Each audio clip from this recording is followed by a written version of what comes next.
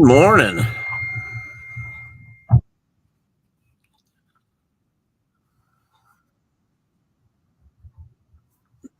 Let me shut my phone up or try to and shut me up on the other side here.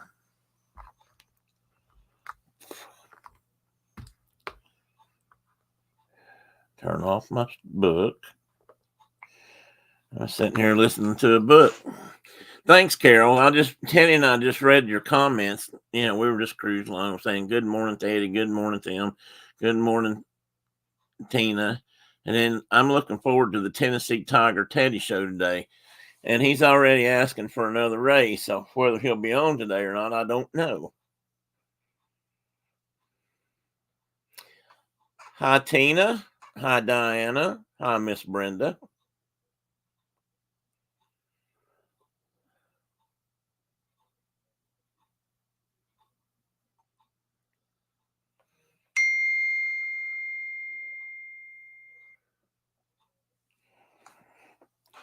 Well, I guess I can't turn that one off. That's my YouTube.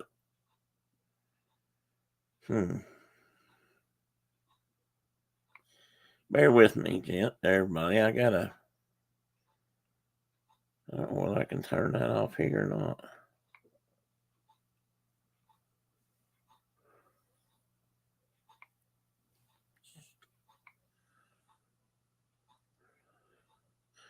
Turn on incognito. I didn't even know I could do that. Aha, maybe I just found it. Try new features. Notifications.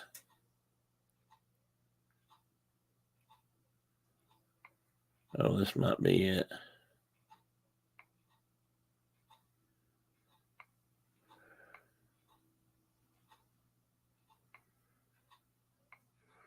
I'm just going to turn them all off. My God, there's a lot of them. And see if that helps a little bit. I'll have to remember to turn them back on, I guess, later if I need them. Oh, my goodness. How is everybody today?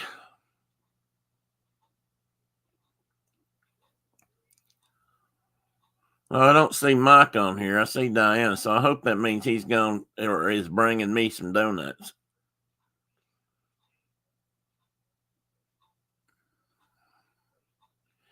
Sure would like to have some donuts. They sure sound good.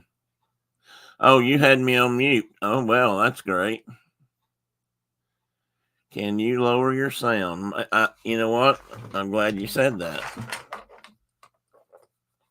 Because I was going to move my microphone back over here. Is that better? Or am I still too loud?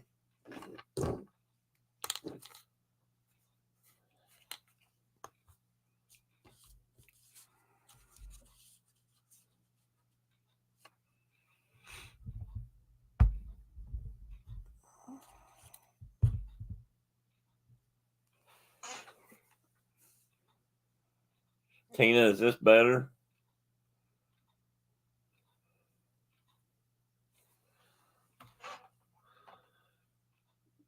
Oh, you were kidding. Okay, sorry. I thought you meant it. I had moved the mic up here closer, and I was going to ask anybody if it made much difference when I set it to the side here a little bit, or if it's right here in front of me. And you guys have always said it sounds fine where it's at, so I've gone with that for a good while now. Sometimes I even forget it's sitting there. Tim, in your Shine chat, Mike told us all to make sure his Diana behaved herself. Oh, I missed that. Did he now? Was she aware of that? I wonder. Miss Diana, what are you planning on doing? That you might be that Mike might have been trying to warn us about. But I'll be honest with you. You can be what you can misbehave all you want to in here. Um, we won't tell Mike. We'll, we can all take an oath to lie to Mike.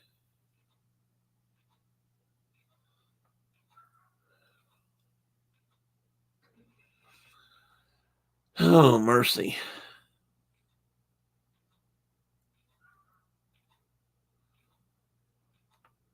I just realized something. For some reason, I've been thinking all weekend that this was Veterans Day weekend. That's next week, I think. Yes, that's next week. In fact, it's next Saturday. So probably next Monday will be the holiday. I know that doesn't matter to you guys and probably doesn't make any sense. I was just in looking at reservations for a hotel. I was thinking, well, this is a holiday weekend and it'll probably be up. So I thought, well, if I wait till, middle of the week, maybe it won't be so bad. It's about the same. Yes, Diana was aware. Hello, my name is Martha, and I'm new to the chat. Hey, Martha.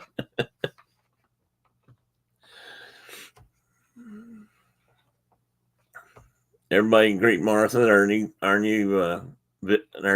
family member here.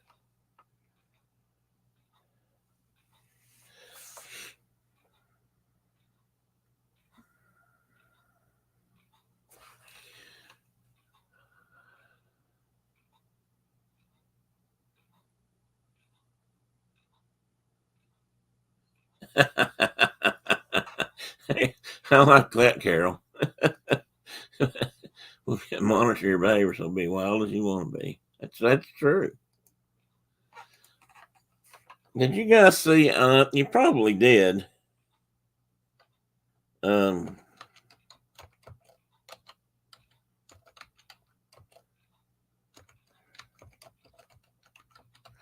that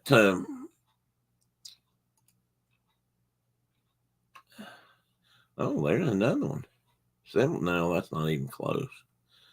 That zebra, or as the Brits would say, zebra. Oh, here we go. I might have sent that out.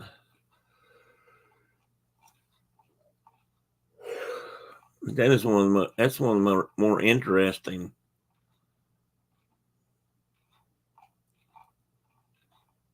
zebras I've ever seen. Almost looks like a copy. Is that right? A copy. What should I put this in? Oh, I know. Not that. I'm going to hang on to it, but I wanted to show it again because I wanted to talk about it for a minute. And I bet I don't have a Today Show because I didn't do anything. Don't. I do not.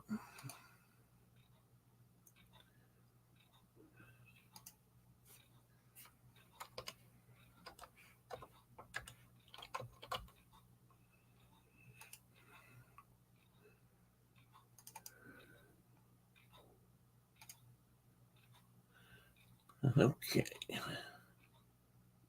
Yeah, it was. And even if we did, we wouldn't. Now, Martha's safe here. I'm gonna try to share a picture of it if I can get it to pull up. Oh, opened one, got about 20.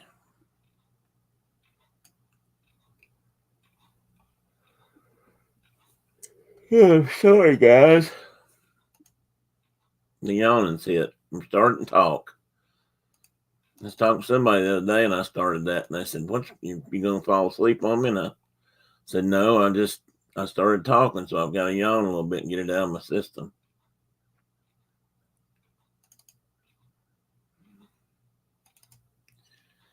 Yeah, well, of course, it put it on the wrong screen. Okay, I'm going to pull this up, guys, just because I want to point out, because I don't have any real slides today, and you guys know it's so hard for me to do this without at least having one.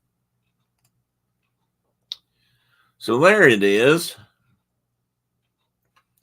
And since I hadn't really crawled under it, I don't know if it's a male or female, actually.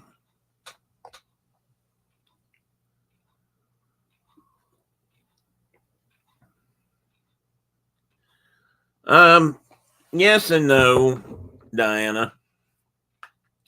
I think it depends on where you're at. They usually,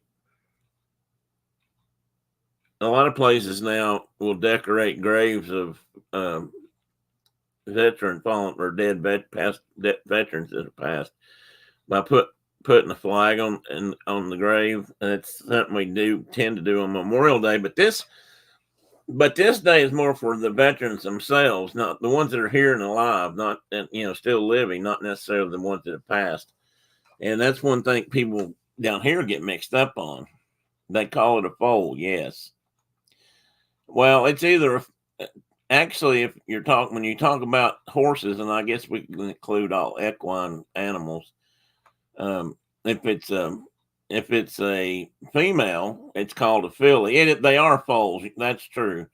But a female is a filly, and a colt is actually a male, which I thought they were all colts for many years. And then I got to reading up on it, or somebody corrected me. But they are foals. So I guess that's close enough. But I just wanted to talk about that for a minute, because this guy is a little bit like my skunk that I'm calling my skunk. And any animal that's born a different color or not, I'll say color for right now. No, Mike, you were. I thought you were bringing the donuts. I think we have a Veterans Day parade here, Tina. That's what I was going to add to. It'll probably be Monday.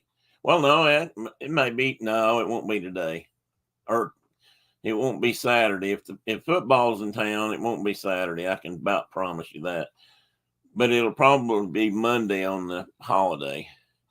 Good thing we all turned in our permission slips a while back. I didn't know we were going to be talking about how to tell boy and girl zebras apart. I hope they're good till the end of the year, Carol. But come New Year's Day, I'll probably have to send out some new ones. No, Mike. It is not my turn to buy. It was your turn to buy. I specifically remember saying that it was your turn to buy.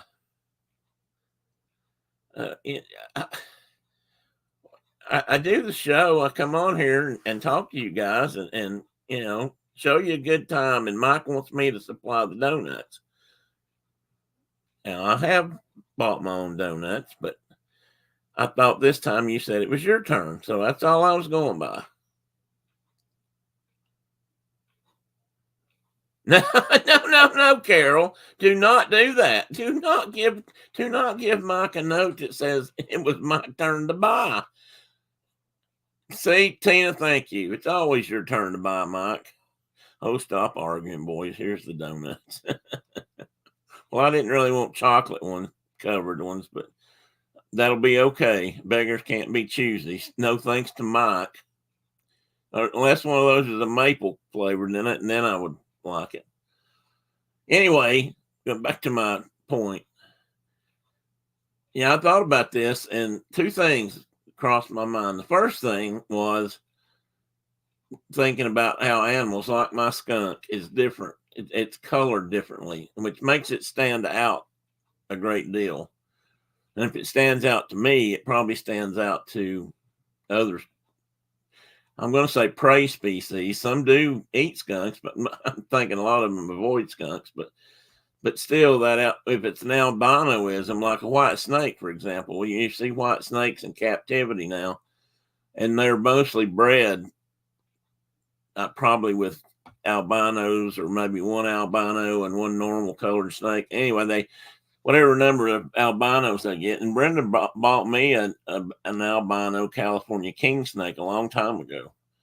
And he was beautiful, but he was an escape artist. So we had to watch him. They'll only eat a skunk once. Well, you know what, Tina? For most mammals, that is probably true. But for great horned owls, they eat them up. They like them because they don't smell, and they don't smell them. I mean, because they have no sense of smell. So, and most avian critters, birds, don't have a sense of smell, so they can just, skunk's fair game for them. And probably stands out good when they're looking down on them. Tim keeps on taking the hall pass home with him. Can you report him to the principal's office? Gee, Mike, we're just in a mood today, aren't we?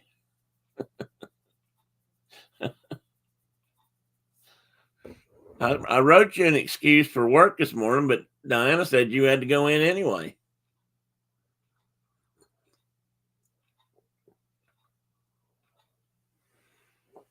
So back to my point here. This zebra might be that it'll stand out in its habitat so much that it becomes easy prey. And true, also they can pick apart parts that impart the smell. I think I got that, Tina. I'm not positive. I do. I have to leave a little bit. Sorry. Everyone keep an eye on Diana. She's a little bit rowdy this morning. Okay, will do, Mike. You can count on us, buddy. We'll give you a report.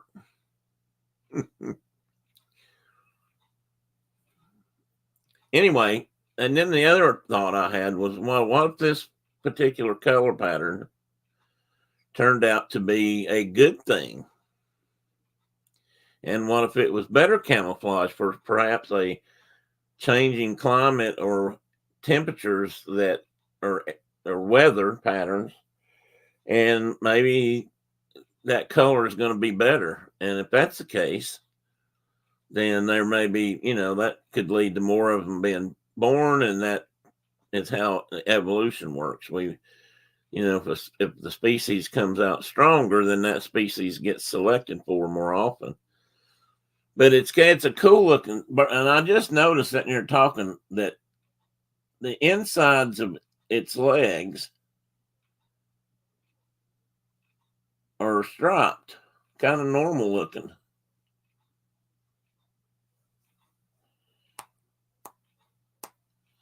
Yeah, Martha's got it covered.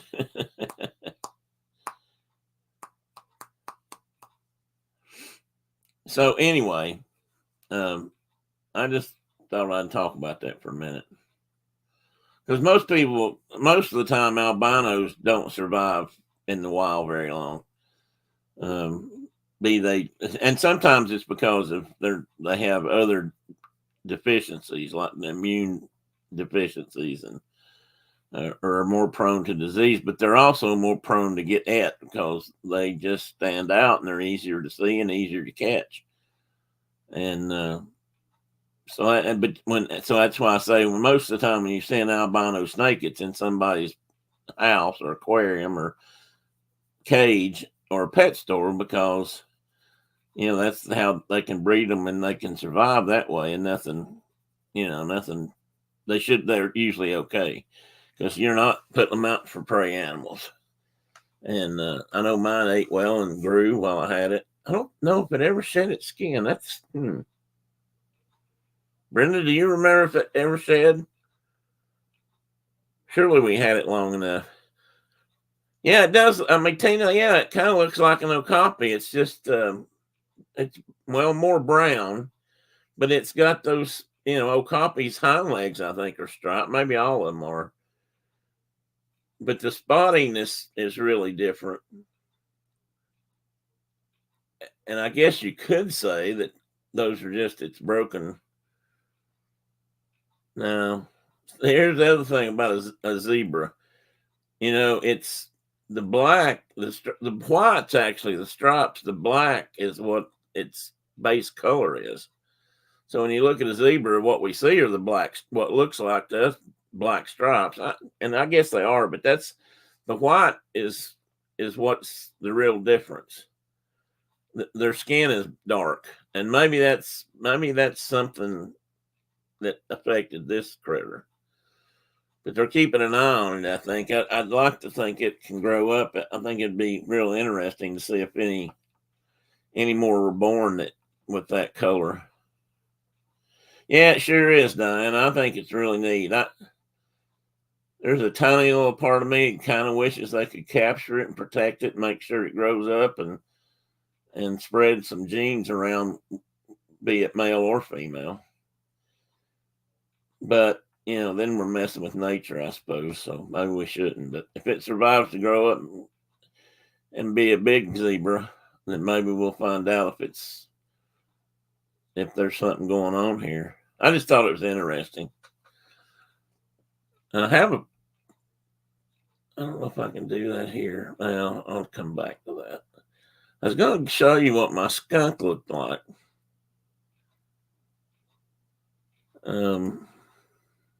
Yeah.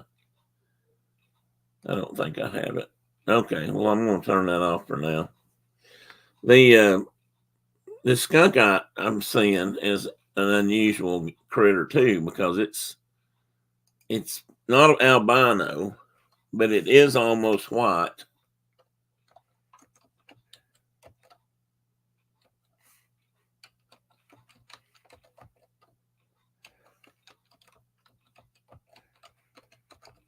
Notice how hard I was concentrating there. It's not an albino,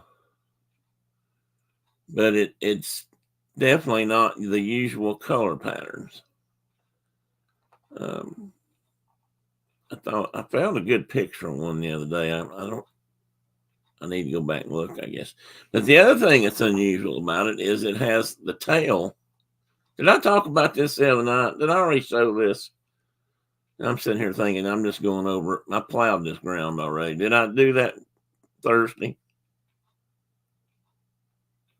Tina, it probably did. I don't know which article was which. I read one, but it was short. It might have been an excerpt, so I'm not sure. Did I already show my skunk? I probably showed it Thursday night. I did show it Thursday night. Well, anyway, it's unusual. But like I said, we said before, unless a great horned owl gets it, it's probably not gonna. Maybe it won't matter either. Being camoed, I mean, because most of those critters, if they're prey animals, that's one thing going for them. They have camo usually, but that also kind of goes for the predators. I was just reading I was reading a story. I'm reading a book called Death in the Long Grass. It was written by an American who was a big game hunting guide in Africa. I don't know, 50 years ago, or maybe a little bit more. Because I read his stories in the back of like Field and Stream magazine every month when it came out for years. Because he was writing for them and just doing 2.5, maybe 3 pages worth of a copy, and maybe not even that, but several columns anyway. And I liked his writing, so I picked up one of his books the other night. I found out I could get it free on Kindle, or at least borrow it. It's on their unlimited borrowing list, or whatever they call it. And where was I going with that? Oh, I know. And last night I was reading one of his chapters about leopards, and he went into a lot of detail about how camouflaged they are, and especially in the wild. I mean, in their normal habitat, because they have a shadow. Their spots are made or on their fur is such that when they get in a shadow, they almost disappear, or you know how leaves on the ground, the shade will be dappled, something like that. They just, disappear. Tim's going to leave me alone again. Woohoo, party. Oh, maybe. In this area, white skunk would do fine. No cover in the winter. They don't need it, but they hibernate anyway. Right? Yeah, they do. Or a toper type state. They go into. They do sleep through most of the winter. I don't see them in the wintertime. Now down here where it doesn't snow much, they probably are out feeding, but not a lot.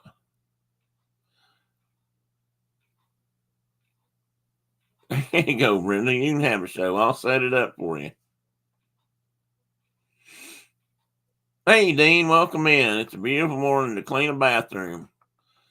That's what your mom said. Anyway, well, you got to listen to what your mom says.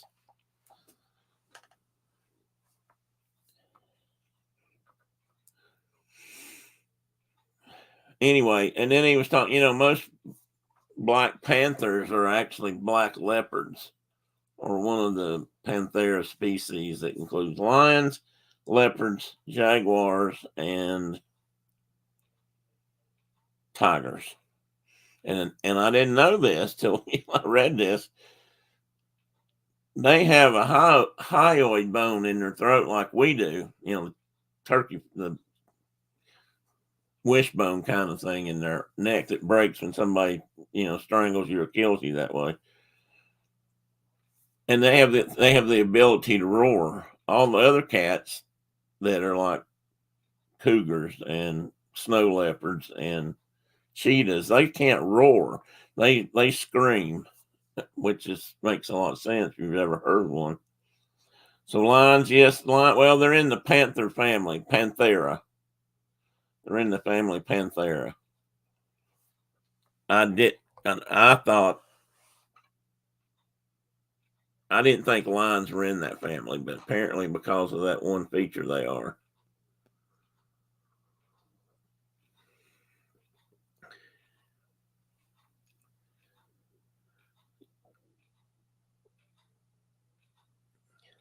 Well, there you go.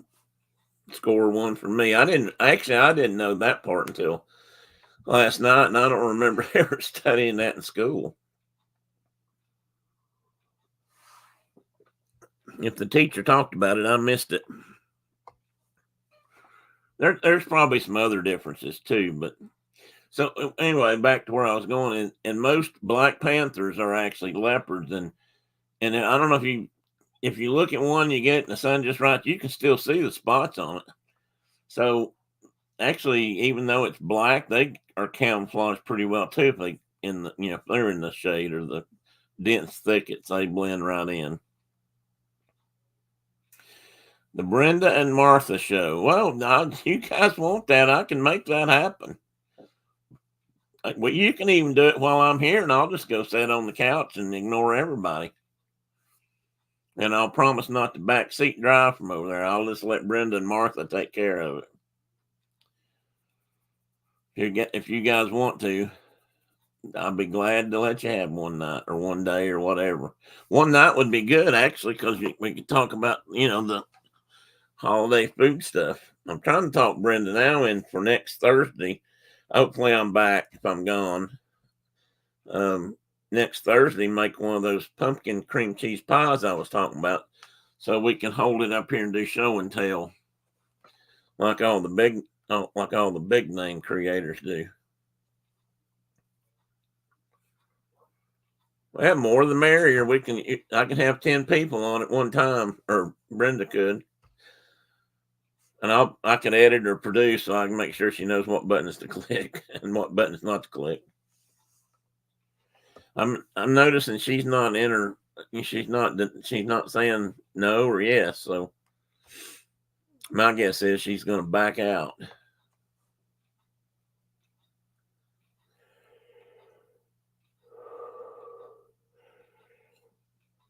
Oh, excuse me.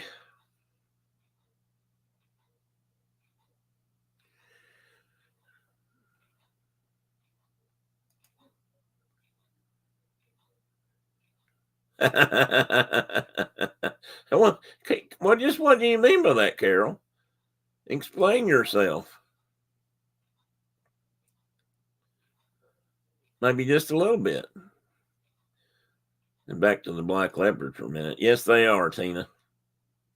I thought some jaguars were black, and there could be. I mean, that's a melanistic anomaly, and it could happen in anything. But black is way more rare than albinism or albinoism.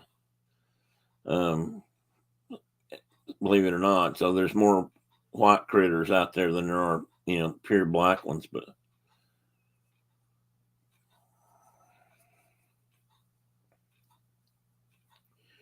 I'm starting to rethink this all women stream. I'm beginning to think I might come home and my stream has been shut down by the authorities. That's a little concerning, especially when they're probably not going to buy. Well, it wasn't me; it was my wife, and she hijacked my radio station or my YouTube channel. Back in the 50s, that's how Wolfman Jack kind of got started. They used to hijack radio stations in the middle of the night, AM stations that oftentimes shut down back then at night, and they would jack the power up on them and run them kind of as an outlaw station. And of course, they couldn't do that much because they'd get caught. But that's what. And then eventually, Wolfman Jack actually went down into Mexico and ran a high-powered AM station so that they could get out further with their music and stuff. And I think now, that was then what they were doing jacking it up to 100,000 watts. That was the key to that. And I don't know if they can do that now. They moved up either FM or AM to that to 1,000 watts. Not that anybody listens to the radio anymore. Oh yeah, so you never know what you're going to get here. Wolfman, animal, Jack. That's kind of a combination thing. Oh, werewolves in London. Yeah, that's kind of how he got his, that famous voice of his came into play. And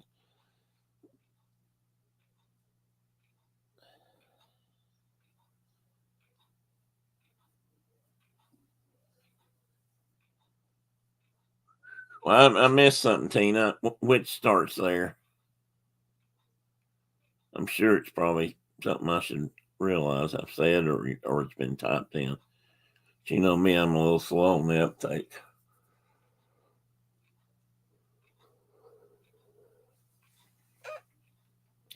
I've had enough coffee now. You'd be thinking I'd be too jacked up to yawn. Watts. Yes, 100,000 watts. Excuse me. Yeah, so 1,000. That you're right. That's small. I mean, I think they're in the 15. Most radio stations were AM stations. We're in like the 15,000 bracket, and AM can go further, even on 15,000, than an FM station could because of the wavelength, the amplitude, and the wavelength. AM is a big old slow wave that can go further, bounce off things. And FM is this real tight, wiggly line that on a graph that's better quality because it's of the the ups and downs are closer together, but it won't carry as far. So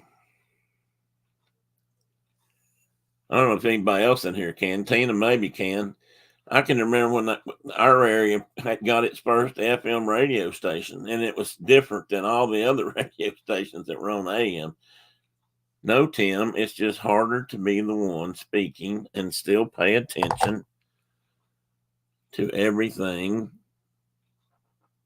in the chat. It's like when I was teaching on Zoom, it's more challenging than being in the chat. Oh, makes sense. That's a good point. I never thought about that, but with the classroom Zoom stuff, huh? Well, that makes sense because when I'm trying to keep up over there, I lose the train of thought over here sometimes. So, but that's not, that's not a stretch anymore. Brenda's used to that.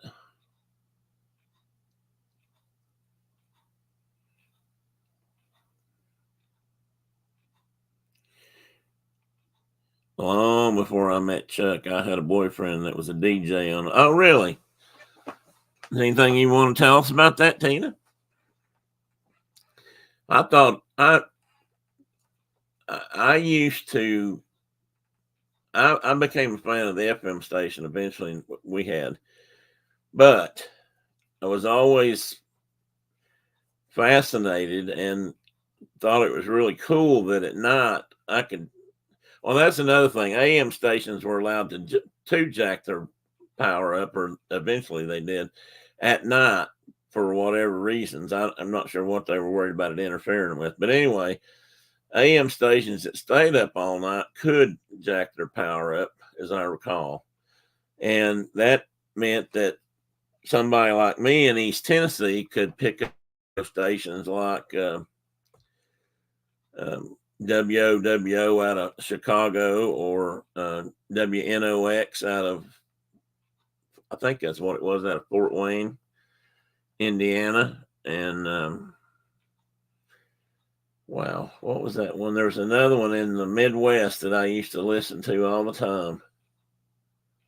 And if I was working late at night, or if I was driving to going back to school after being home for a weekend, I could pick that up and listen to them from far, far away. And at least until the sun came up, and then everything went back to I couldn't get them anymore. But it was kind of cool. You never knew what you were going to hear. The one out of Fort Wayne, I remember the first time I ever heard the term pork bellies, all the farmers market stuff and prices of beef and pork, and they always talked about pork bellies, and I never knew about pork bellies, or heard anybody call it that, but so I learned about pork bellies. And they give like price of bushels of wheat and corn, and I believe it was somewhere along in there that the Russian thing happened, where we gave them or sold them a buttload of our grain products, wheat anyway, because they had a big shortage for some reason. Okay, you didn't marry him. Enough said. I got it. I got you. Long before I met Chuck.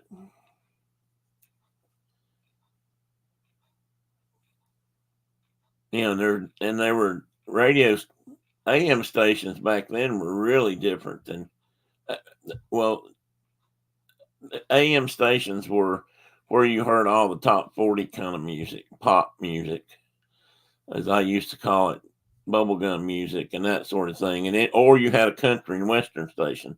There wasn't much in between. And then if you went to FM, then you got into all kinds of cool things, like our radio station had an advertisement where they said, they basically referred to listening to AM was like watching black and white TV, but FM, oh, that was color. That was color radio. So I always thought that was kind of funny.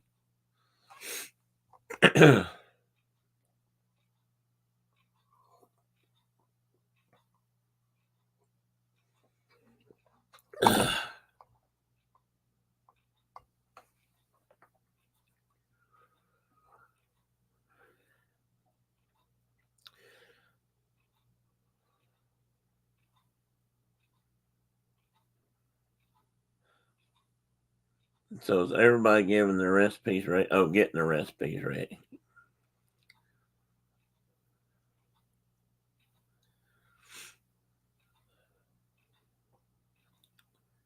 I haven't heard much out of Mark since he got to Ohio, but like I think I mentioned the other night, he is in no communication land there. If you don't have, it's not hardwired in to a system that goes out somewhere else to reach the world. It don't go out. So there's not any TV unless you've got cable, and there's certainly no cell service. So you can't have internet or or at least nothing off of satellite wise.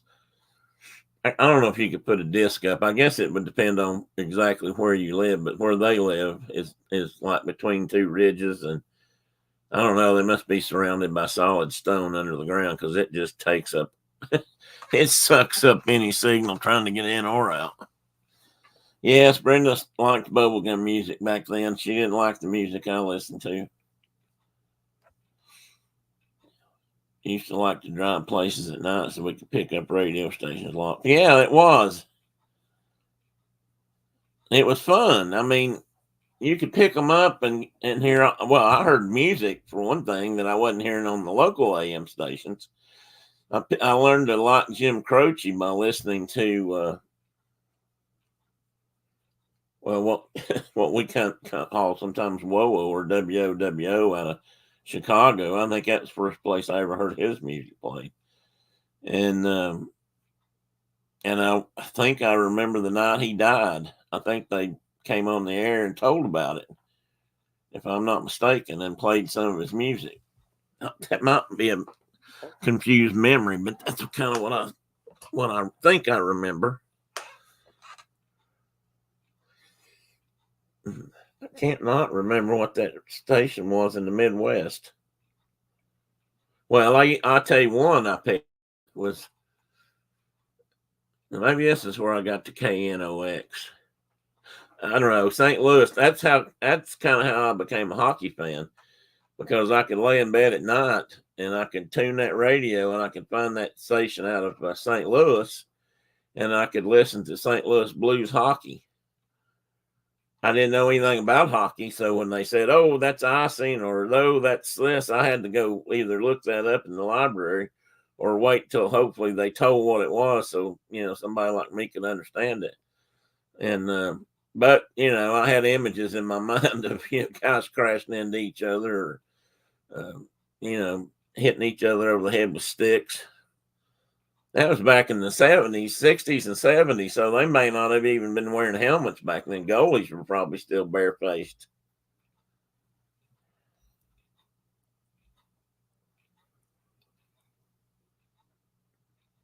I think that's about the further station I used to get. And there's one, Tina, you might know this. There's a station either New York or Pennsylvania that was the first radio station in America, I believe, to broadcast publicly. And it was an AM station. I can look that up real quick. I used to know the number of it.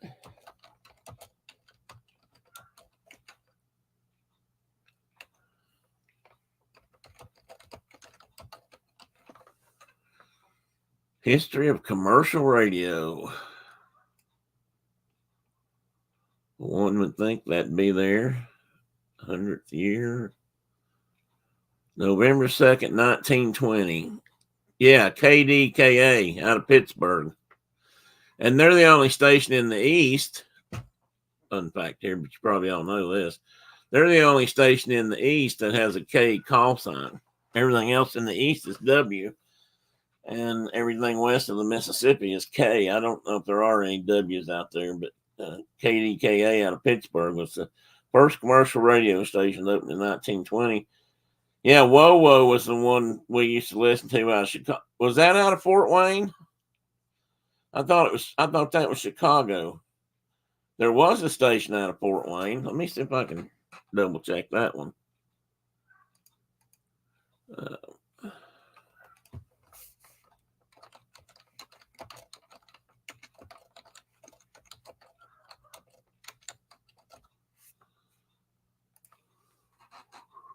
No, WOWO is out of Fort Wayne, so you're right. I had that one backwards. What was in Chicago then?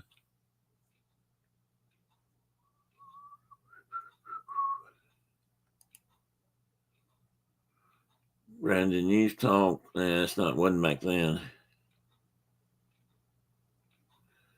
And WOWO, in its earliest years, it was launched the careers of many prominent broadcasters, including comedian Herb Schreiner, Fort Wayne TV pioneer. It doesn't have the whole thing there. So that was the one I was getting some of that out of. I thought that was. I'm going to have to look up now. Chicago radio stations. And if you guys are typing it in chat, I can't see chat.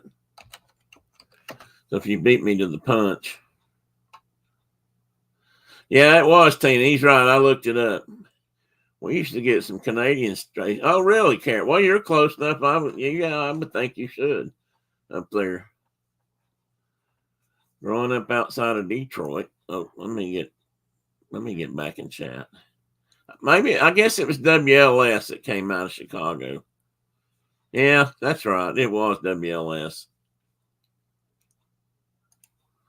Let's see here. Carol said, growing up outside Detroit, we had access to 4 different rock stations.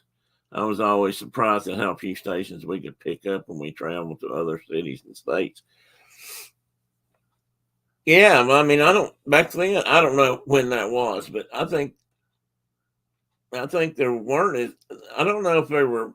I don't know when radio probably reached its peak. But there were. I mean, when you were driving locally, a lot of times during the day, for example, you could only pick up stations usually if you were right in a town or very close to a town that had a station. Otherwise, you didn't pick up anything but static most of the time, or you'd hear a word or two here and there. But at night, that's why it's so cool at night, because you can pick up stuff from far, far away. I asked him about radio stations. He said he didn't know any. Then I mentioned hockey. Then he did. It's all about the hockey. Good for you, Chuck. I was a Tennessee mountain boy. That thing about hockey, I'd never seen hockey play. Well, I've probably seen it played on TV a little bit. They didn't show it very much because nobody could see what was going on back then. Where you couldn't follow the puck very well.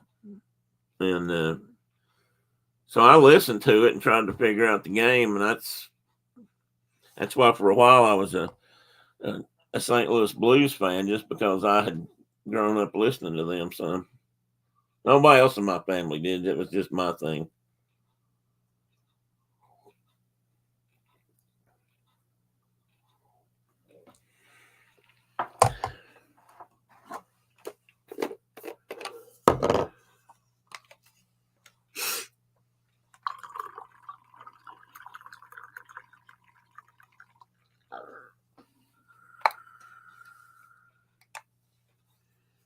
Well, that's true too, Tina. I can remember when that kind of happened. They took off. There were several TV shows that I remember watching that they took off supposedly because they were violent, and which I think was another thing about the hockey too, because as the old saying goes, went to a hockey game and a fight broke out, or a fight and a hockey game broke out. Sorry for my reach, but I think that's one of the reasons hockey. I think that's one of the things that got me back into hockey, was the fact that when high def TV and whatever else it was that they changed there.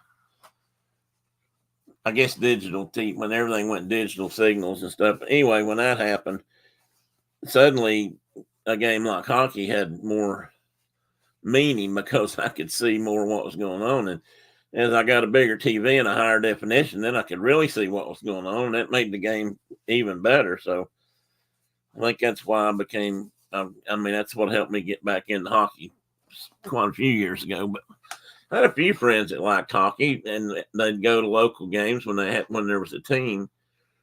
But it was kind of unusual to find a hockey fan where I grew up.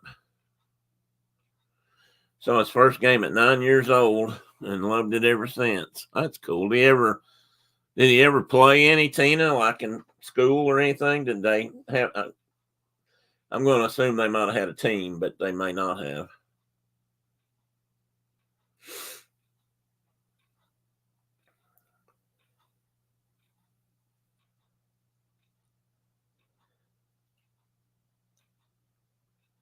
Only street hockey.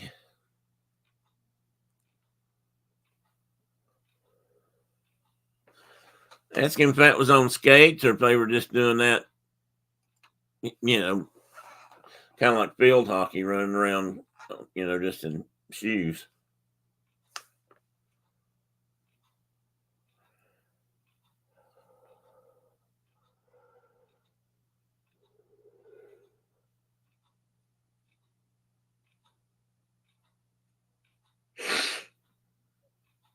Hey guys, give me a minute. I gotta clear my nose up. I'm gonna mute.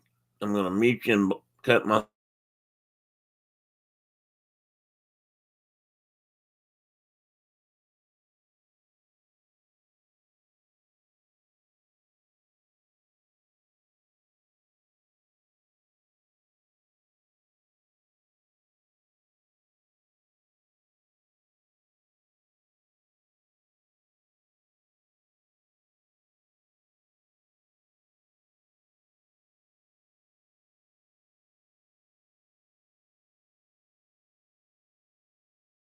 I'm back. Oh, don't wake him up. No, it's not worth. That's an early nap.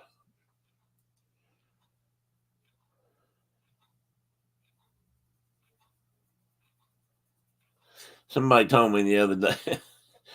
I might have spread this out too, but it was on Facebook. I think he wrote. Like a friend of mine wrote something about a nap between. He thought a nap between 2 and 4, or 1 to 3. I can't remember how he put it. Was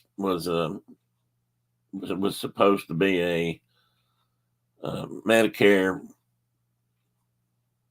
approved medical condition that you should take a nap once you were over 65. Oh, okay. He gets that. Does he work? Is he still working? No, well, I don't know. Sometimes Brenda's up at 5, but usually it's because she hasn't gone to bed. Well, if I got up, I'd be ready for my nap too. I don't know how I did it, but no, I don't know how I did it. But for years, I went in at 6 a.m. a lot and came home at about 8 and would take a shower, eat something, take a shower, and fall in bed and just die. And and boy, was I grouchy sometimes. But I'd get up at 5 or 4:30 and get ready and go to work. And we used to call it undertime instead of overtime. Our 8-hour day was from 8 till 5, but we'd work from 6 a.m. to 6 p.m. usually, or 7 p.m. We usually put in 2 hours under and 2 hours over if we were really covered up. He's retired, but still keeps those hours, except now he can take a nap. Yeah, that's the best part. I wish I was keeping my hours better, but I just fell right out of it. I spent about the first 3 years of my retirement crippled, so I didn't get to get out and do much. So I guess I just fell right into the old nap thing. I probably used to take 2 or 3 naps a day.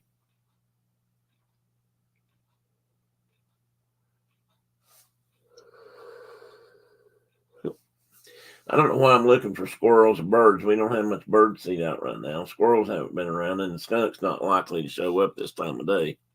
He could, but I doubt it.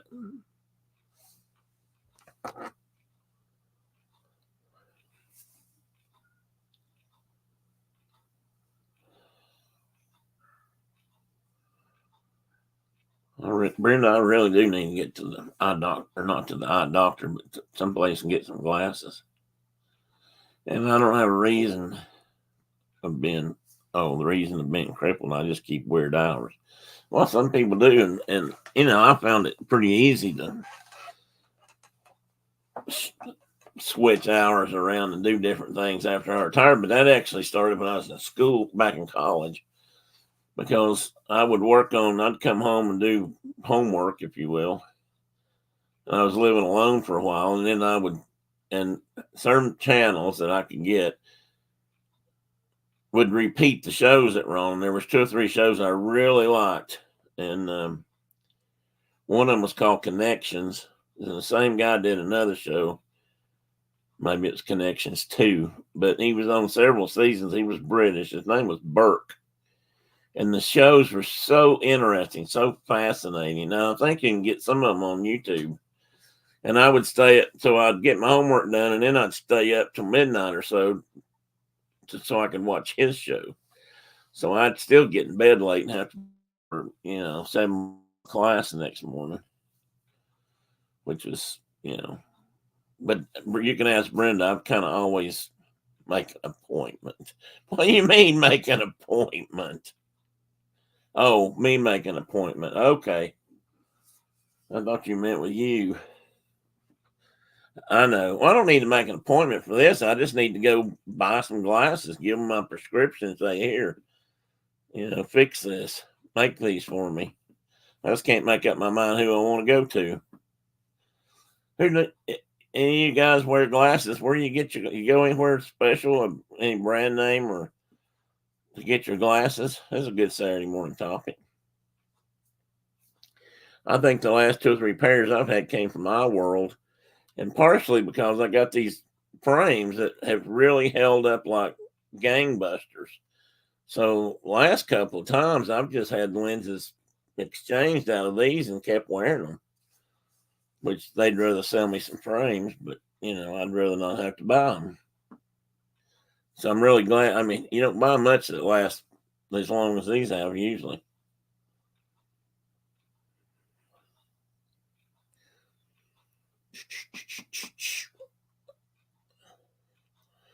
I don't know, Teeny. It seems like you and I are doing most of the talking. Did we lose Carol and Diana, or are they having a side conversation? Oh, there's Carol back up there a little bit. I don't know about Diana. Come on, Miss Martha. Are you still in here? There's Diana. Just by readers. A weird thing happened. I wore glasses from 3rd grade for distance. Oh, yeah? You don't have to anymore? Still here. Huh, I wonder if they're more than they are down here, Diana. That's interesting. I bought my glasses on Zenny this time. It was cheaper than using my insurance at my optician's office. Phil used to buy all his sunglasses, or glasses and sunglasses off. I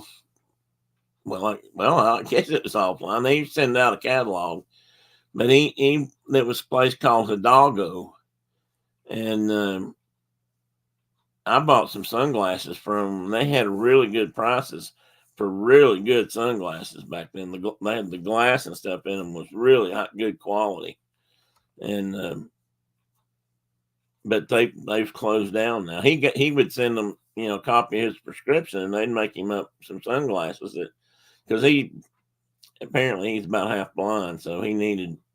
And back then I didn't need anything at all, just sunglasses. I didn't need any correction. That was back when I believed I was never going to have to wear glasses in my life. And boy, was I fooled. Tina says, I just went to the eye doctor. And they said, 2020? Well, good for you. I wish I was still 20. Well, actually, I was 15, 20 most of my life. So I was, I didn't need glasses. I want to try Zany, but I'm kind of scared to measure myself. Well, and that is the thing too, Diana. Some glasses have their size in them.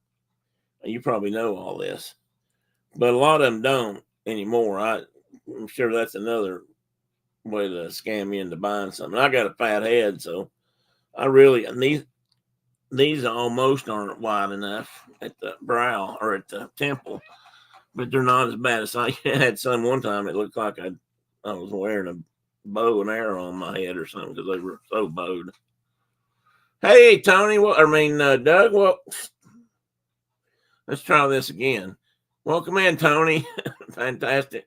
Phantasmic Chronicles. I can't say anything right now. I had my coffee, but I could use a donut. Well, sad story, Tony, about the donuts. Mike was supposed to bring donuts today. He didn't. He just kind of dropped us like a old ball. So you're on your own, I'm afraid. I wish I was still 20. I think I'd go for 25, but right now I might take 20. I tell you what, if I was 20 again, there's a few things I'd do different. I know that.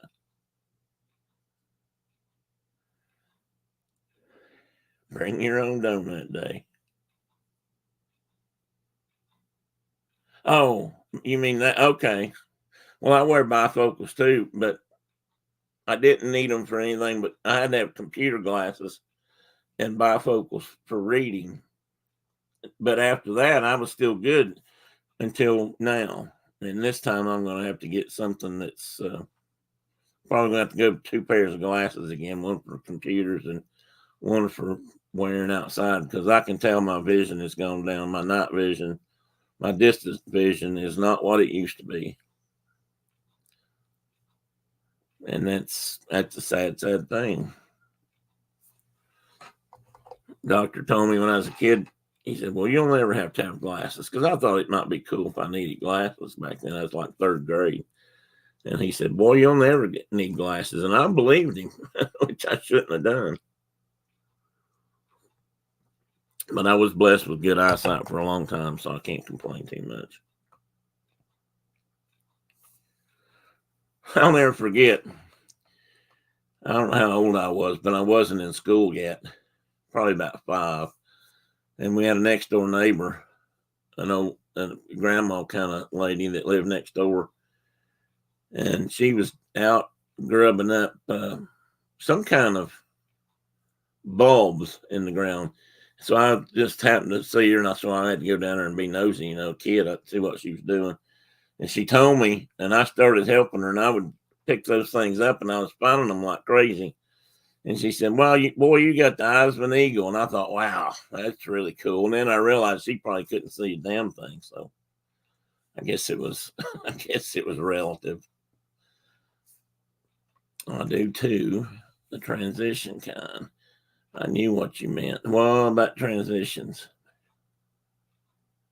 Oh, I worked out okay for me, but I would ask several people who use Zini if you're feeling unsure.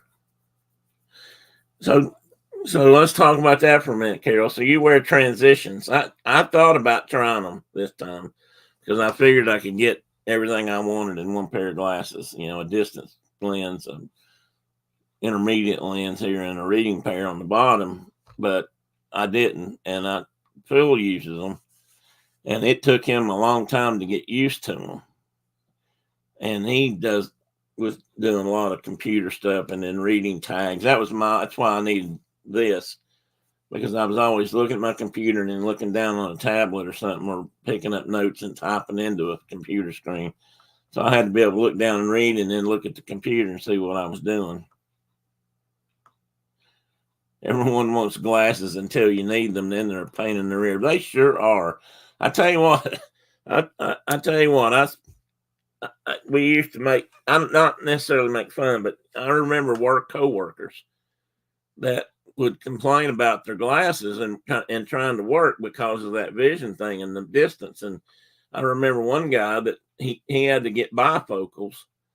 And after a while, he said he wished he had gotten them upside down, because most of the work we would do would be over our heads.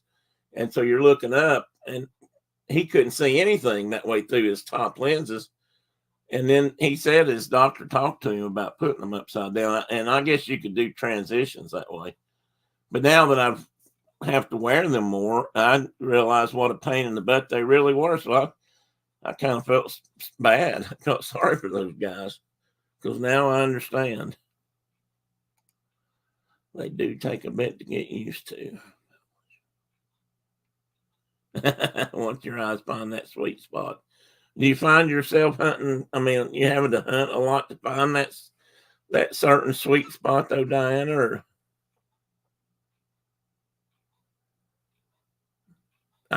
almost like to have trifocals. I don't know if they even do that anymore, but with lines is what I meant. But I don't know. There's probably not room. And if they did, I don't know where I'd put the distance vision, probably up on top. Yeah, there wouldn't be room for that. Not anymore. I knew somebody that had trifocals, but I don't remember how how they were set up. But I didn't think they did them anymore, not with transitions coming out. I mean, they've been out for a long time, but I don't.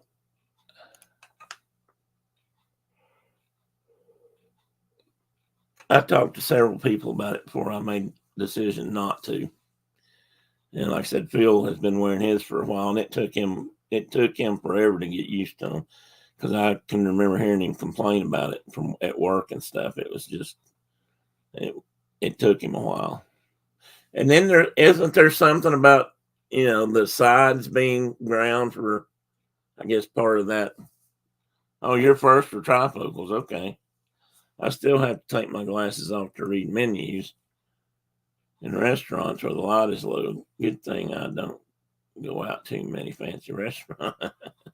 Well, that's funny, because I know I worked with a guy. He had to take his off to see up close. I can't see diddly up close without my glasses.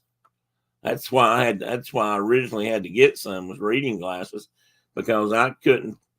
And if I take my glasses off, I can't. If it's not this big, I can't read it.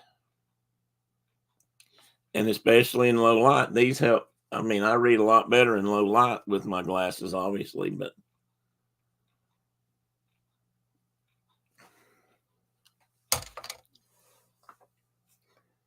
I don't know, Carol. Maybe if you went to fancy restaurants and bought stuff that was more expensive than you really wanted or wanted to pay for, you could always write a check for the amount you thought it ought to be, and then when you ask you about it, you say, "Well, I can't see that well. I thought I had it right." Speaking of which,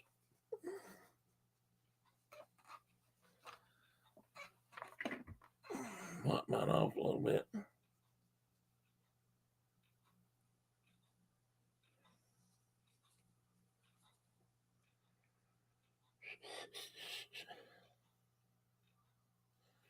What I think I'm going to do is, I've got 2 pairs of these. One pair is brand new. I've been saving them in case I broke these or something. And I think I'll leave them as they are and have the lenses changed out in this one for my other glasses. Hopefully that's not too hard to.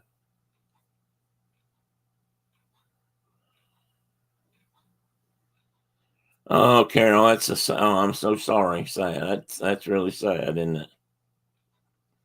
Yeah.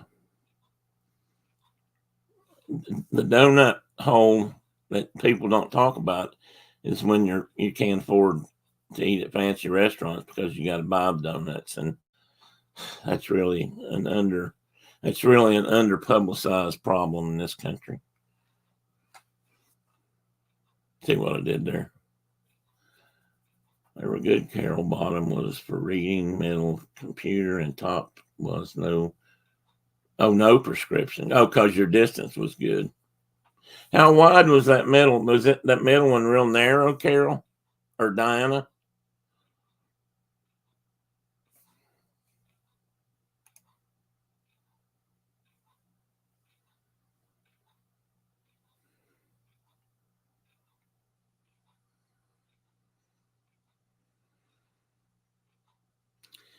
And Phil told me something else about transitions, that you got to get used to just moving your eyes completely up to find that sweet spot, not do like this. I find myself tilting my head back some or looking down to get the change the position of the glasses, essentially, rather than just my eyes. But he said his eyes had to get more attuned to doing all the adjusting, not up and down.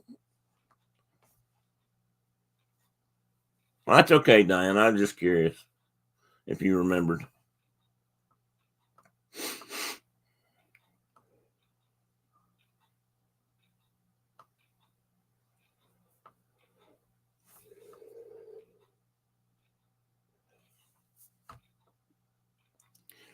It's okay not to remember, Diane. Those are hard questions.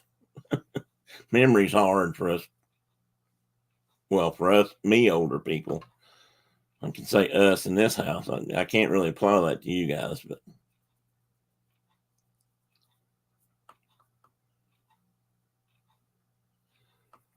before somebody, Tina, before you say you, I'm just talking about Mike and Diana. I just meant they weren't as old.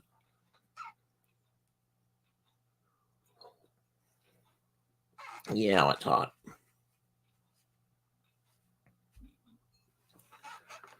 Well, seems like I had something else I was going to bring up today.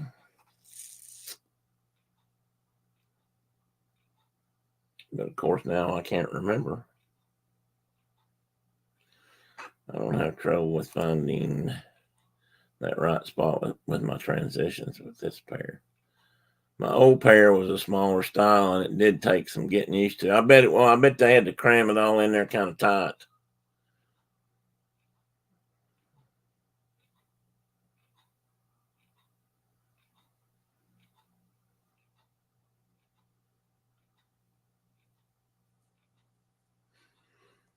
Oh, Don, I'm sorry I missed your comment.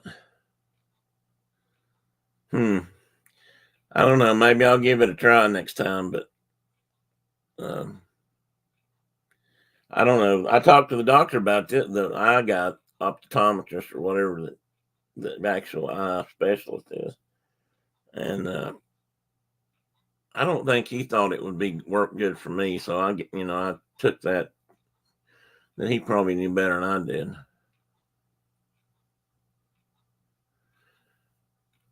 Yeah, I could see why big glasses may have made a comeback, and I do see more. That was really the thing back in the 80s or the 90s. I can't remember, larger frame glasses. And I'm seeing more of that today. And I just wonder if that's why, because they can have transitions work better that way. That makes sense to me.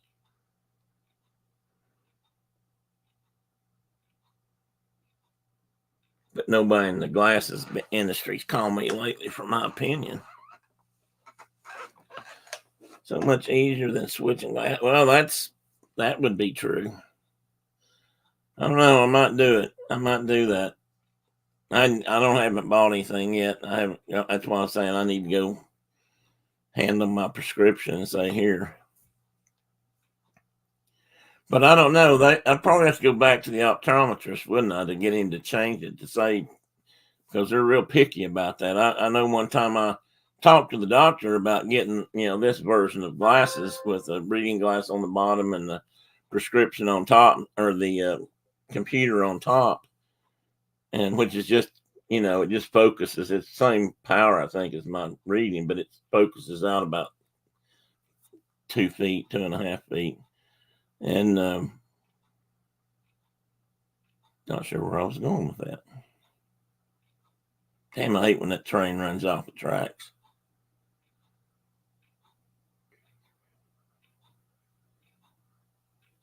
Oh, I don't know. And the doctor said, "Oh, that's a good idea. You should do it." So, but he didn't write it on the prescription. So when I went to the place to get my glasses, they said, "Well, we can't do that." I said, "What do you mean you can't do that?" The doctor and I talked about it. He said, "Well, it's got to be written on the sheet. It has to be written that way on the sheet." So every time since then, I always make sure they make those notes so I don't have to come back and do it again.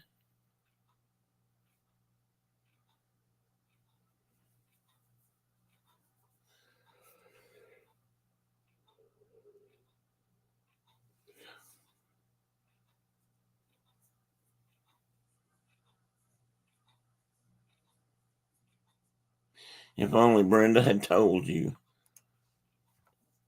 If only Brenda had told you you should make an appointment. Yeah, I saw that part, or Carol.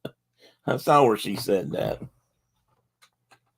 She's a little bit smart alecky that way sometimes, in case you hadn't noticed.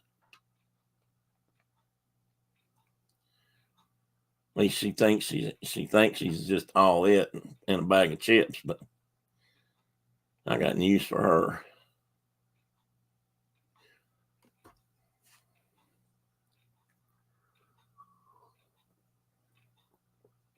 And one thing about it though, somebody said they just buy readers. If that's all you have to buy, that's a hell of a lot cheaper. Glasses, I'll tell you that.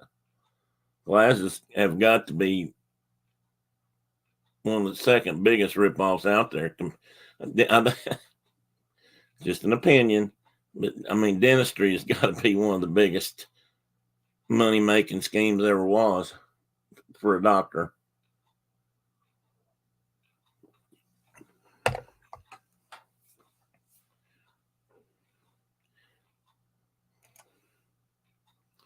Would you say that Brenda is smarter than the average bear?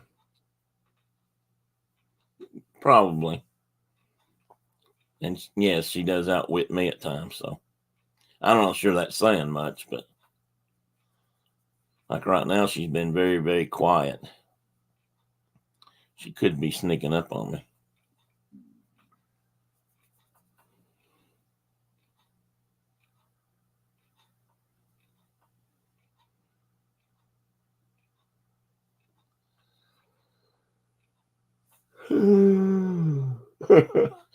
Oh, see, Carol, what you've done there? I mean, you guys are killing me. You're giving her ideas and encourage her to stand up, be her own woman. I don't want that in this house.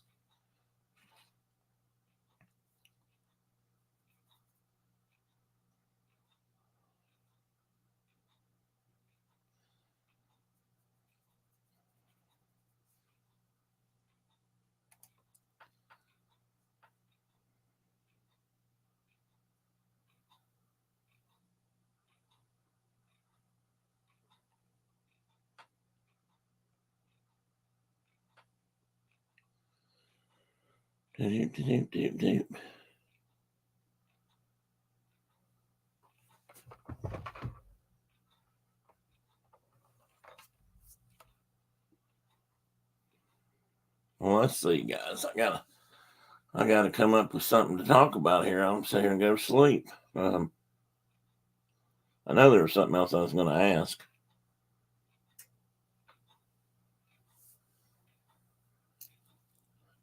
Guess we about wore the glasses squirrel out. Watch your back. Yeah, I try to. Trust me.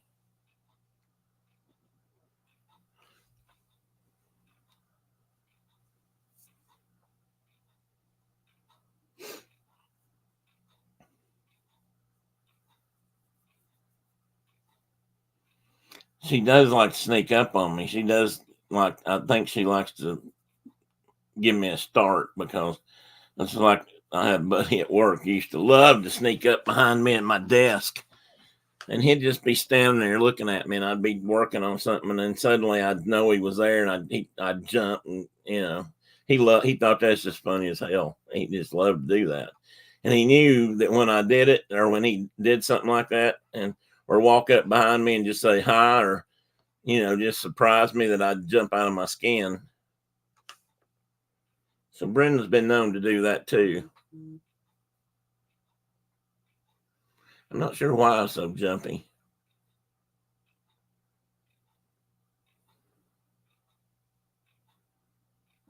I know what I used to think it was. That probably wasn't it, but I was in Florida. First time I ever went to Florida, we had this older lady that was cooking with us. She went down with us, and she was cooking a lot, or she was cooking some,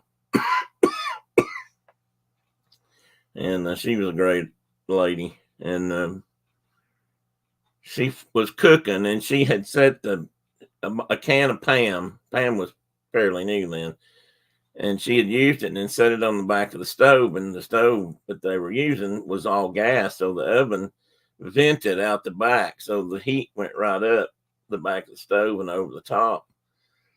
And we're all sitting there, and the can of Pam exploded and ripped apart, and the end cap that's on the bottom shot out like a cannon. And it just about, oops, I crapped my pants kind of moment. That was when I was about 17, probably. I feel like I've been jumpy ever since then, but it's probably just a natural for me. I just don't like being snuck up on.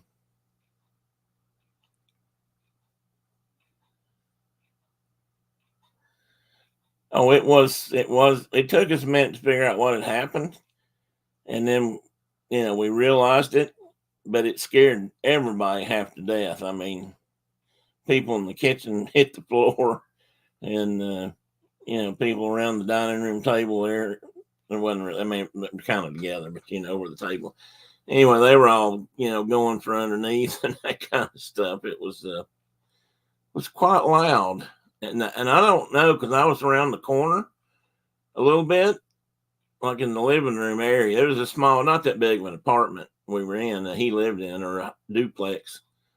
And so I don't know if there was a fireball or not. There could have been, because that stuff was flammable. It's flammable. I don't know if it is now. It was back then.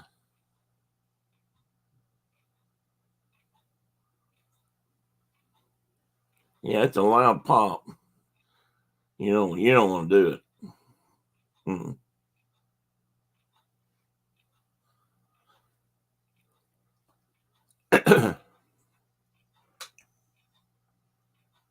Brenda, I'm stealthy. Yeah, you're stealthy, all right. It's just not too hard to sneak up on an old man that can't hear. That's because I'm more civilized. That's one of my favorite lines from the Outlaw Josie Wells movie. Oh, Chuck's not in here to agree with me or disagree. Mark's not here, but when Josie Wells escapes being caught by the guys hunting him, he goes into the Nations, the Oklahoma area, and he he walks up behind this Indian, and it was Chief Dan George, and he said something to the effect of, "I didn't think Indians were easy to sneak up on." And he nodded his head. That's true. And he said, they called us the civilized tribes.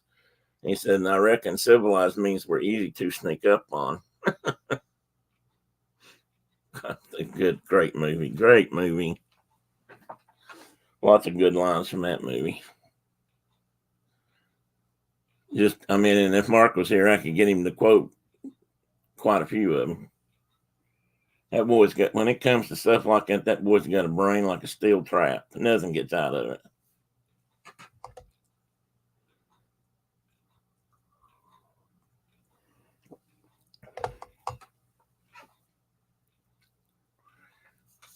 Hey, did anybody see I don't know if I posted this or not, but I was watching a multi-pic photo imaged Instagram yesterday. Oh, I don't know. Maybe it could have been from something else, but it was on Instagram. Anyway, it was people playing music and animals coming to the music. I thought that was kind of interesting. What's anybody think about that? They showed these guys standing out in the middle of the field playing several instruments, a drum, some kind of horn. I don't know what the other got, maybe a trombone. And anyway, the cattle started coming across the field, and they kind of lined up right in front of them like they were listening to the music. And there's a guy standing up on a hill, and he started playing a violin or fiddle. And next thing you know, here comes a red fox sneaking up kind of behind him, and then it comes out in the open, and it sits down, and it's as long as he's playing, it's standing there, almost like they're listening. Well, I didn't know if I did or not. I can do that right now, probably. Well, maybe not. I'd have to find it. Oh, I just noticed I have a DM from Mr. Oh no, it's Mr. Mike. Well, why can't I open that? Oh, because I wasn't down. It's your turn. See, he put that in there too. It's your turn to buy. That was at 10:11 this morning. It's kind of late then, buddy. Yeah, I may not have that now. Did I send that to you, Brenda? Did you look? I'll look and see if I did. Yeah, I did. No. Is this it?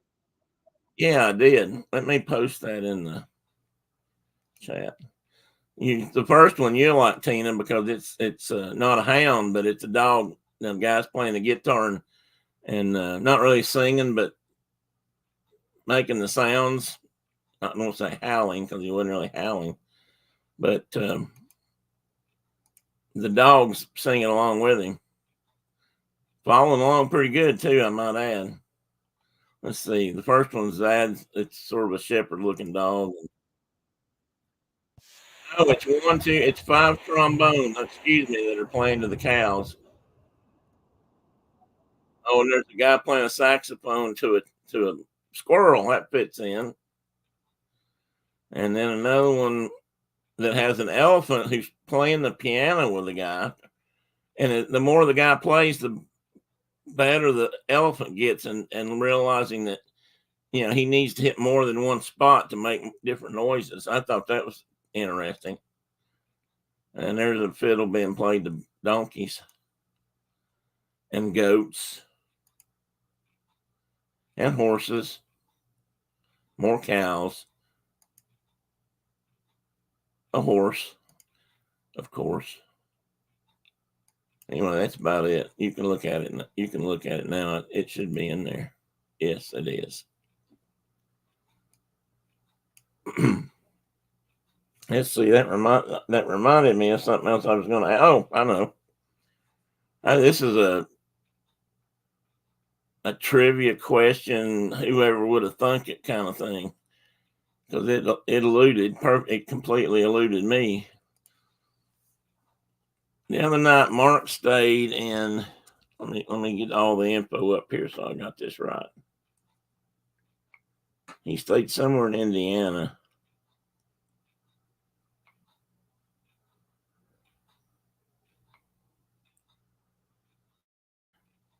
Let's see, he was in North Platte, Nebraska.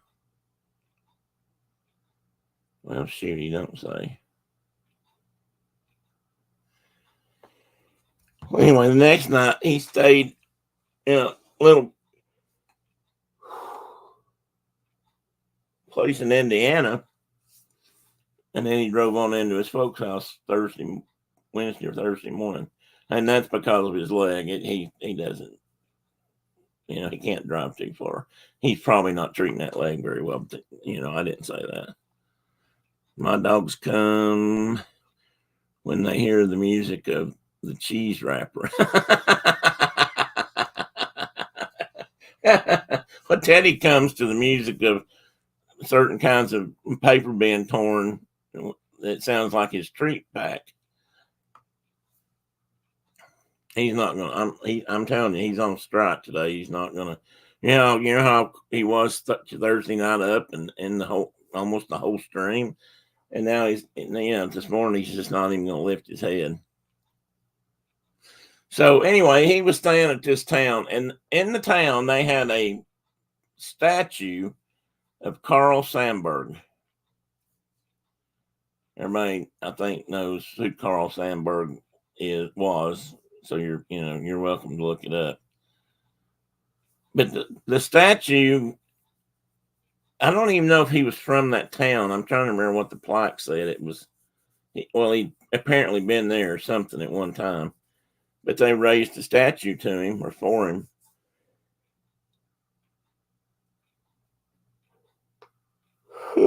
Shoot, excuse me. And on the statue, beside him, well, sort of beside him, was a large goat as part of the statue. And I'm for the life of me, I'm not sure why Carl Sandburg would have a goat with him on a monument. He's not buried there. I can't remember. I read the article about why they put it up. Now I can't remember it, but I found it. Mark told me where he was at, so I looked up the town, which means it might be in my history, I suppose.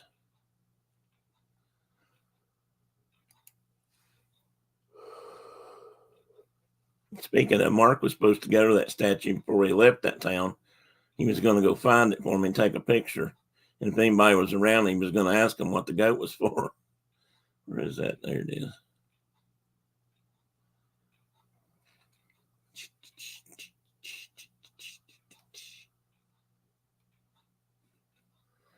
Well, maybe not.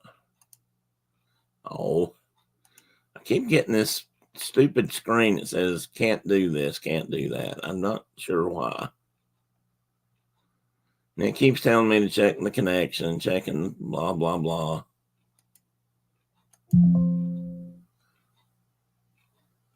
Anyway, anybody know what the goat connection is to Carl Sandburg? I mean, I guess I haven't read enough of his stuff.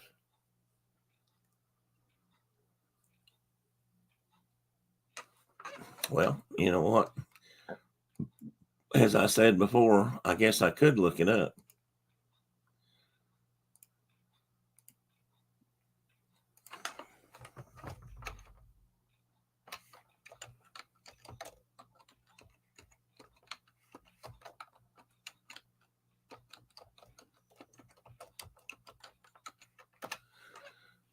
There it is.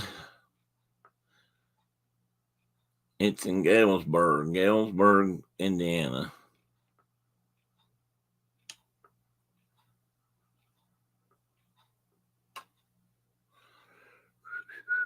Let's see. It's in Galesburg. I guess that's right. Sounds right. And Nellie, oh, here it is. It says this one article. The one I read before the other day with Mark didn't say anything. This one says Galesburg sculpture honors Sandburg and Nellie the goat. And either they were scrimping here by doing only one statue instead of two, or there is a real connection. Oh, no, Carl Sandburg is the native son of Galesburg. Excuse me.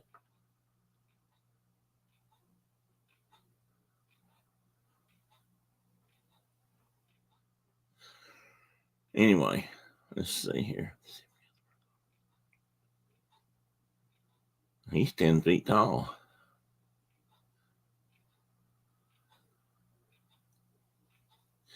He's carrying a book and a guitar on his back, and with Nellie at his side, he grew up raising goats. Okay, there it is. So they were an important part of his life. That sculpture cost $150,000, all from private donations. Well, isn't that special?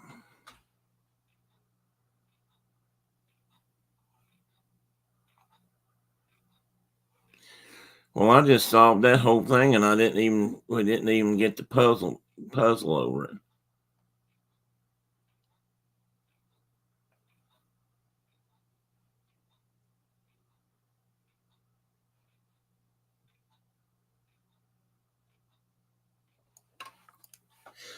Well, I just about went over there on my head. Pay attention, boy. Okay, Tina's off the phone. What did I miss? Well, I was talking about, you about missed me doing a face plant there. I was just telling about the Carl Sandburg statue in Galesburg, Indiana, and why it had a goat on it. I couldn't figure out why I didn't think he ever wrote a book about a goat, but there's a goat on standing with him in the part of the statue, and I just found out it was because it represented the goats he raised when he was young. Apparently, as a young man or growing up, they had goats. Whew. I can't stop yawning, guys, and I begin to think I am a little sleepy.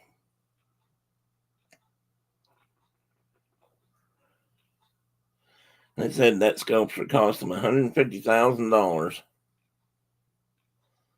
about 10 years ago, but I don't know when this was printed. Let's see. And this was in 2016, so about 2006.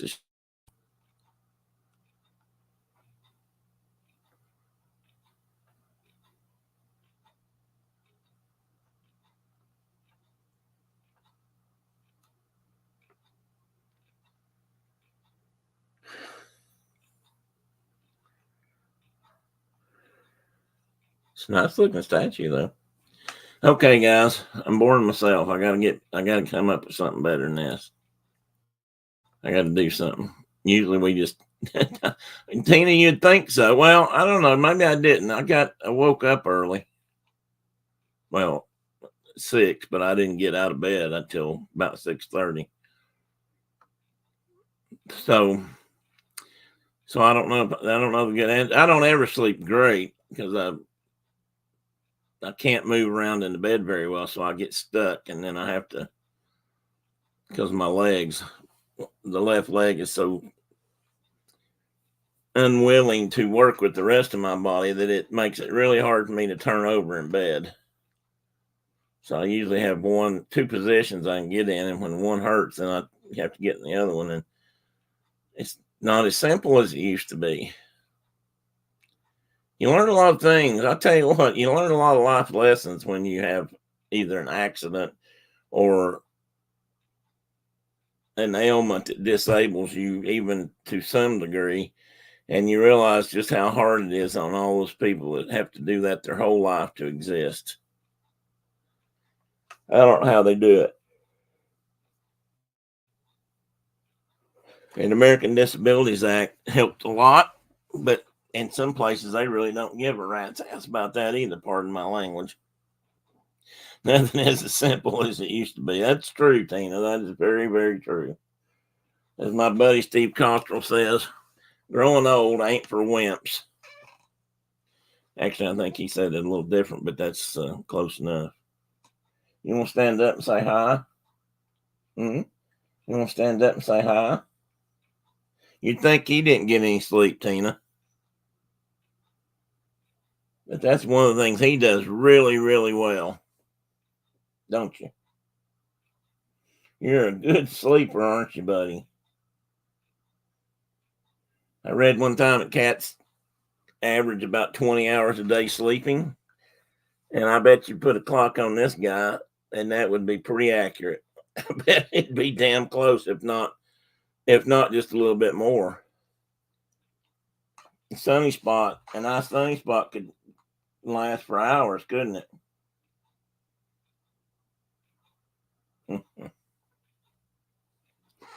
Oh, I don't know if I'll ever have another dog or not. No, it's not for the faint of heart. That's another good way to put it. There's a lot of grim reality smack you in the face when you start getting up over 60. Especially if if you got ailments. And my first back accident was really a work accident, and it happened about 1990. It was either 91 or 92 in the winter. Was it winter? It was spring, I guess. And that one has bothered me ever since. And there were days when there were weeks when I was locked up so bad I couldn't move much without a lot of pain. Brenda can verify that. She had to help me turn me around and do all kinds of stuff. And your dog sleep for 22 and a half. Well, I guess that's good. There's his head. Well, not now. Right here. He was sticking it up. But my throat's hurting now, too. You know what? I may not be going anywhere this week. I've had a couple of days when I didn't feel all that great. Brenda brought me something to eat yesterday or the day before, and I couldn't taste it. And she looked at me funny, and I said, "Oh, no." That's the start of COVID, isn't it? Anyway, I don't think it is, but I just thought that was unusual. Can't remember what I was eating. Do you, Brenda?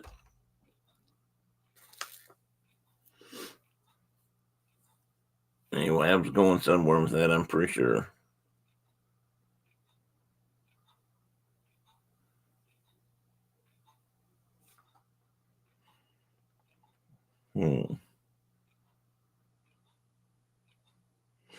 Well, shoot him. Who's playing football today, Carol? Who's Michigan playing? We have GPS on them in case they run away. It also counts their activity. Oh, I should do that to Teddy.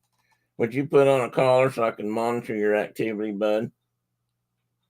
Funny story about him. When they were little, they were tiny. They were tiny. And Brenda had them in her sewing room, and that's where they stayed all day long with her.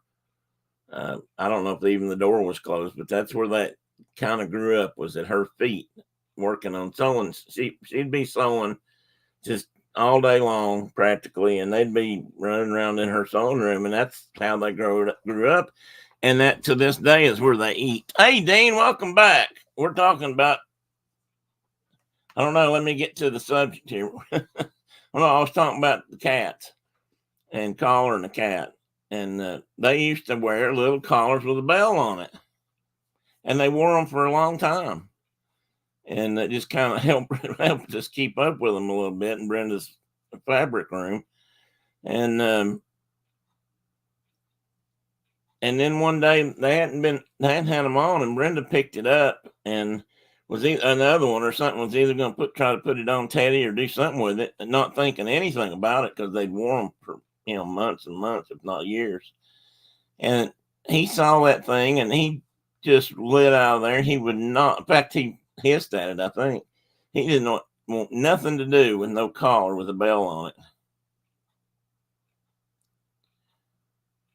Sleep, pets, football, etc.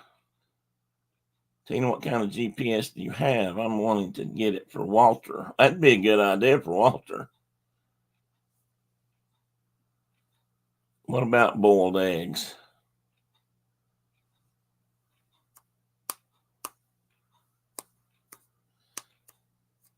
Dean, what are you up to? Did you get the other part done you had to do earlier? Oh, you were cleaning something. Bathroom? I think that's what it was.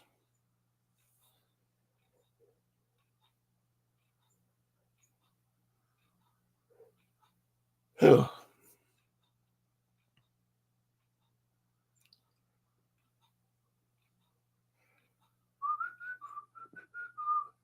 can ask Brenda, Tina, once I start doing that, if I get, I guess, bored or things slow down too much. She's we watch TV at night, and one of us usually has this problem. Just, be talking about the show and then suddenly be just zoned out. Now you're eating cheese.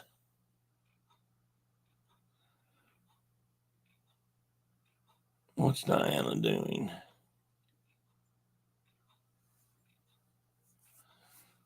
What's she asking for? A link. What's she need a link to? Oh, the collar thing. Okay. Walter got loose the other day when Mike was walking him. Boy, just leave it to Mike. He tracked on all the way home, but it was scary. Okay. Yeah, I bet.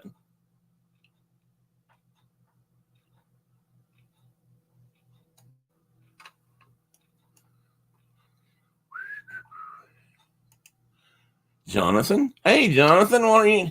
Welcome in. We're having a really slack day today, and in fact, I think I've proven that I'm probably boring as paint drying this morning. I didn't have anything in particular to talk about, so we're just chatting. And usually I can maintain that stream pretty well because I can yak with the best of them, but this morning I'm struggling. What was it? Oh, boiled eggs. That's right, it was boiled eggs I couldn't taste. Me too, Tim. Chuck goes through the trouble of going all the way upstairs. Seems like a waste of energy. Yeah, I just sleep in a chair. You call it a squirrel chat? Well, that's what we call it usually. If we're talking on a real subject, Tina has to count squirrels how many times we get off topic. But when we're doing this, we can chase them all morning. It doesn't really matter.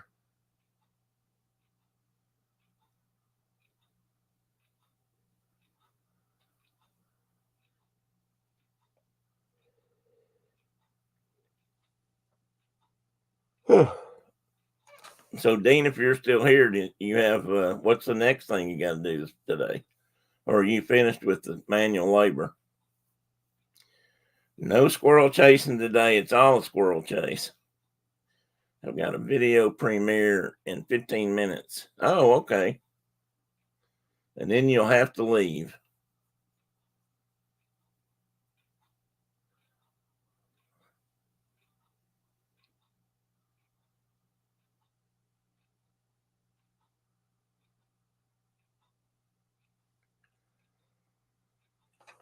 I've got a video. Oh, same thing I read a minute ago. It's in Tina's contract. It's true. It is. It's part of the deal. So today, when she heard I didn't have a fixed topic, she said, no squirrel chasing today. We can chase them all morning. You don't have to count them. Some days we can get right on up there with several. But I got a full-blown show going on. Oh, I think I am about ready to wrap up, though, guys. I think I will take a nap. I think Tennessee plays at 3 today, so I'm hoping that's on TV. Yeah, everybody go check out Dean's video. And where are you headed after that, Dean? You got to go to work or don't need to chase? Just bring food and they will come. Yeah, that's the way it is in my house, too.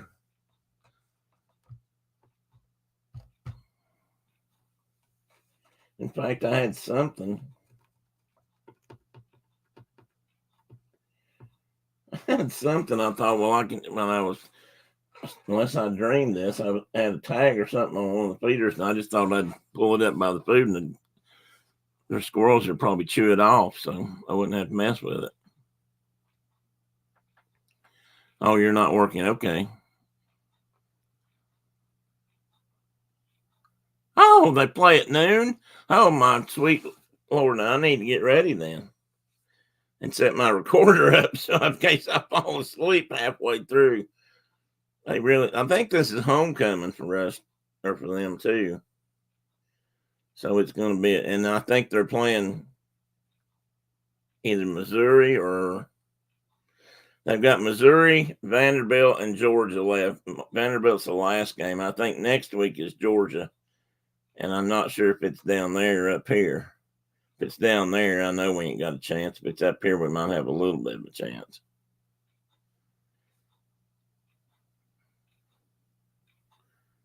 It's easier now that you gave time to let the squirrels loose. Well, that's probably true. So I got a couple of things I'm going to do today. One is work on video. I cannot figure out. This is driving me to torment. I mean, this is camera. I took some video, Mark and me and Caitlin, and maybe a few other things out in Wyoming, and I cannot download it. Can't figure out why, but I think I might have figured it out. So maybe I can try that and see what it does. And because I know I downloaded I used that same camera to download the video that one of the first videos I ever put up was the one about those yellow squirrel feeders that I thought I had squirrel proofed, which they, proved me wrong. Well, the part I was fixing never came loose again, but they still chewed up other things, metal things. That's they just don't care if it's metal or plastic. Well, thank you, Carol. I hope I can get it. It's driving me crazy. So anyway, I'm going to go and get ready for the ball game. Thank you, Carol, for letting me know it was at noon. For some reason, I thought it was a 3:00 game. So I'd have missed the whole thing. Everybody have a good weekend and have a safe weekend or a safe week this coming week. I think I'm headed to Ohio tomorrow or Monday afternoon or Monday, period. And I'm going to stay 2 or 3 days and then head back home. But if I'm not feeling better, or if things seem to be getting worse, I'm not going to go anywhere. So I got to talk to him again and see what kind of plans they have up there. So anyhow, I put my glasses back on so I can read anybody's final comments. Diane says, have a great rest of the day. Dean said, have a great day.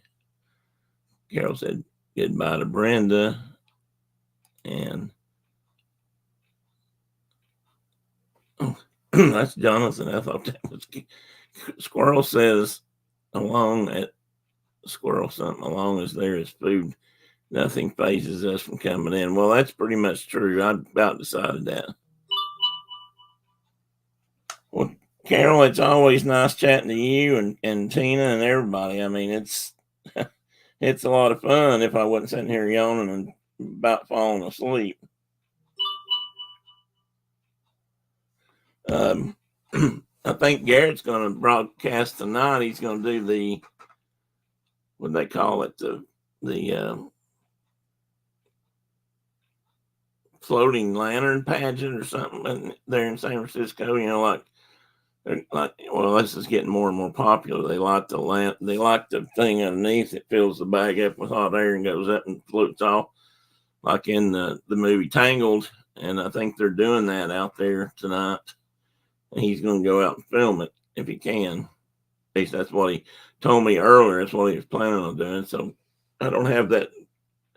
Well, Carol, you can probably get that link if you're still in here. Floating lanterns. Yeah, but they're floating lanterns that lift off and fly. Which out in California, I've often wondered, is that not dangerous? Because you got enough problems with fires as it is. I'm almost surprised they let them do it.